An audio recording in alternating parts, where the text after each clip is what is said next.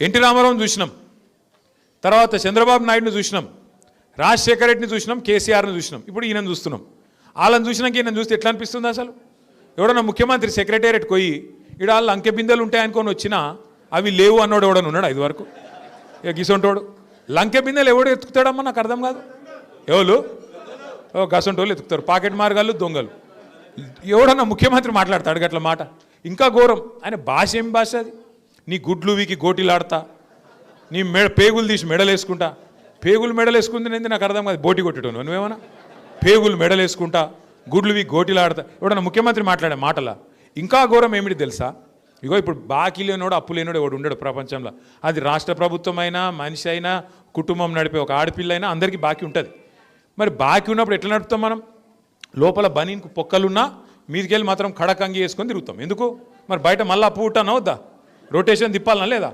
అట్లుంటుంది కథ. కానీ రేవంత్ రెడ్డి ఏం చేస్తుండు? మా రాష్ట్రం దివాలా తీసింది, మా రాష్ట్రం క్యాన్సర్ పేషెంట్ అయిపోయింది, మా రాష్ట్రం సంకనాకిపోయింది, నేను ఢిల్లీకి పోతే నాకు ఎవడు అపాయింట్మెంట్ ఇస్తలేడు, నన్ను దొంగ లెక్క చూస్తారు. మరి దొంగ లెక్క చూడకుండా ఎట్లా చూస్తారు నాకు అర్థం కాదు. ఇంకొక మాట అంటుండు, అపాయింట్మెంట్ ఇస్తలేరంటే నాకు ఆడ పోతే చెప్పులు ఎత్తుకపోతాడని అపాయింట్మెంట్ ఇస్తలేరంట. ఇక గిట్లా మాట్లాడినాక ముఖ్యమంత్రి ఎవడన్నా వస్తాడా కొత్త గిడికి? ఉన్న కంపెనీలు పారిపోతాయి తప్ప ఎవడన్నా కొత్తోడు వస్తాడు? ఇక గిసొంటి వాడు అంటే అభివృద్ధి చేస్తాడు. రేపు షేక్పేటకు ఈయన కాడనే రూపాయి లేదు. తెలుగులో సామెత చెప్తారు చూడు, మింగ మెతుకులేదు కానీ మీసాలకు సంపెంగ నూనె పెట్టిండట వెనకకెవడో ఓ గట్ల. ఆయనకంటే పైసలు లేవంట, కానీ డెవలప్మెంట్ కావాలంటే కాంగ్రెస్ కోటేయాలంట. యాడికెళ్ళి చేస్తావు డెవలప్మెంట్ మరి పైసలు లేకపోతే? దయచేసి నేను మిమ్మల్ని అడిగేది ఒకటే, ఆలోచించమని కోరేది ఒకటే, ఎలక్షను ఒక మంచి మోక మీకు. ఎందుకంటే మళ్ళీ ఇప్పుడు తప్పిపోయిందంటే మళ్ళీ జిహెచ్ఎంసీ దాకా దొరకడు కాంగ్రెస్ వాడు. ఇది పట్టుకోవాలా, బాకీ కార్డు పట్టుకొని ఇంటికి రాగానే అడగాలి, ఏం బిడ్డ వచ్చినావు, మంచిగానే వచ్చినావు, మరి ఏమైనా 55,000 రూపాయలు ఏమైనా కొడుకు అని అడగాలి. మహాలక్ష్మి పథకం కింద మీరే అన్నారు కదా నెలకు 2,500 ఇస్తామని, ఒక గ్యారంటీ కార్డు ఇచ్చిపోయినావు కదా బిడ్డ లాస్ట్ టైము, మరి ఆడవేనే పైసలు ఏం సంగతి అని చెప్పి 55,000 అక్కడ పెట్టు, ఓటేస్తా నీకే వేస్తా, 55,000 అయితే అక్కడ పెట్టిపోరా కొడుకు అని చెప్పాలి. ఇంకొక డేంజర్ కూడా ఉన్నది మీకు యాద్ చేస్తున్నా, నేను ముందే చెప్తున్నా. కాంగ్రెస్ వాళ్ళు లంగలు ఈ 2 ఏళ్ళు ఫుల్ పైసలు సంపాదించారు రేవంత్ రెడ్డి. రియల్ ఎస్టేట్ మీద వాడి, హైడ్రా పేరు మీద బిల్డర్లను వాని వీని గోకి గీరి గుద్ది గిచ్చి పైసలు బాగా గుంజిండు. ఫుల్ పైసలనే ఆయన కాడ.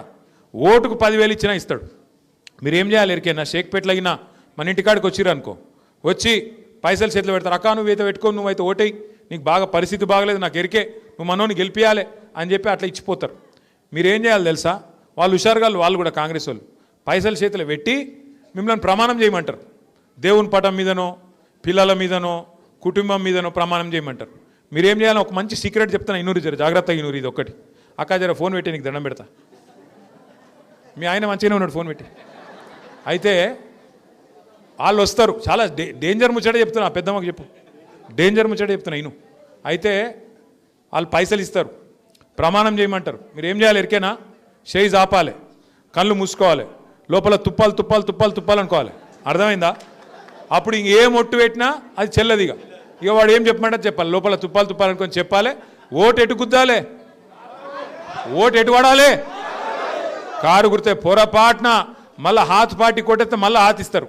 ఇక పువ్వు పార్టీకి ఇస్తే ఇక మీకు తెలుసు, అది పూజకు పనికిరాని పువ్వు. అది అర్థమైందా? ఆ పువ్వు పార్టీ పూజకు పనికిరాని పువ్వు, అది మన రాష్ట్రానికి పనికిరాని పార్టీ. అది ఎంత మాత్రం పనికిరాని పార్టీ, మనకు రూపాయి పని చేయలేవాడు, రేపు చెయ్యడు కూడా. అందుకే మళ్ళొక్కసారి హైదరాబాద్ ఉరకాలంటే, తెలంగాణ ముంగట వడాలంటే మళ్ళా కేసీఆర్ గారు ముఖ్యమంత్రి కావాలి.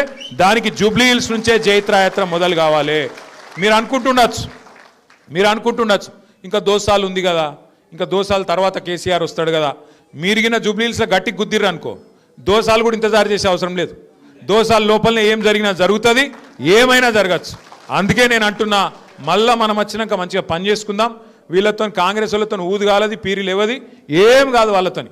అలా కోటెత్తే మురిలో వారేసినట్టే, దానికంటే ఏం జరగది. అందుకే దయచేసి నేను కోరుతున్న తమ్ముడు మహేష్ని కానీ, మా డివిజన్ అధ్యక్షుడు ప్రదీప్ ఏడి వచ్చిండా, తమ్ముడు ప్రదీప్ కానీ, అట్లాగే ఇంకా మా వైద్ భాయ్ ఉన్నాడు, షకీల్ భాయ్ ఉన్నాడు, ఇంకా మా లోకల్ లీడర్లు అందరు ఉన్నారు. పేరున నేను ఎవరో పేరు చెప్పలేదో వాళ్ళందరూ మనసులో తిట్టుకోరు. మొహిద్ ఖాన్ సాబ్ అందరు మనసులో తిట్టుకోరి, బయట తిట్టుకోరి, నన్ను లోపల తిట్టుకోరి. కానీ జర్రా ఈ నెల రోజులు ఐకమత్యంగా పనిచేయండి, కలిసి కట్టుకుండుండ్రి, గట్టిగా నడువుండ్రి. దయచేసి ఒకరికోలు చెప్పుకోండి, ఒక దీపంతో ఇంకో దీపాన్ని వెలిగించినట్టు. ఇప్పుడు కాంగ్రెస్ వాళ్ళకి పైసలు బాగున్నాయి, వాళ్ళకు వాళ్ళు పోలీసు వాళ్ళు వచ్చి బెదిరిస్తారు, వీడొస్తాడు వాడొస్తాడు, ఆగమాగం ఎక్కుంటుంది, దుంకుడు ఎగురుడు ఎక్కుంటుంది. అది చూసి మీరు హైబత్ తినకూరి, ఏం కాదు. మీరు ఒక దీపంతో ఇంకో దీపం వెలిగించినట్టు ఒక్కొక్క ఆడబిడ్డ ఇంకొక ఆడబిడ్డని చెప్పాలి, మళ్ళా కేసీఆర్ని తెచ్చుకోవాలి, మన రాష్ట్రం ముంగటపడాలి, మన కారోబారు నడవాలన్నా, సంక్షేమం జరగాలన్నా, మళ్ళా మీకు బతుకమ్మ చీర రావాలన్నా, కేసీఆర్ కిట్లు రావాలన్నా, మళ్ళా 4 ముద్దలు నోట్లకు పోవాలన్నా కేసీఆర్ గారు వస్తేనే అవుతుంది. మళ్ళా కేసీఆర్ని తెచ్చుకోవాలనే మాట ఒక్కొక్కరం చెప్పుకోవాలి. చెప్పుకొని మన అభ్యర్థి గోపీనాథ్ భార్య మాగంటి సునీతమ్మ కూడా ఇంటింటికి వస్తుంది. జర ఆడబిడ్డను ఆదరించండి. ఇవాళ భర్త దూరమై వాళ్ళ పిల్లలు కూడా తిరుగుతూ ఉన్నారు, వాళ్ళ తండ్రి లేక. అందరినీ కడుపులో పెట్టుకొని కాపాడండి. కేసీఆర్ గారిని మళ్ళీ మన పార్టీని గెలిపించుకొని ముంగట పోదాం.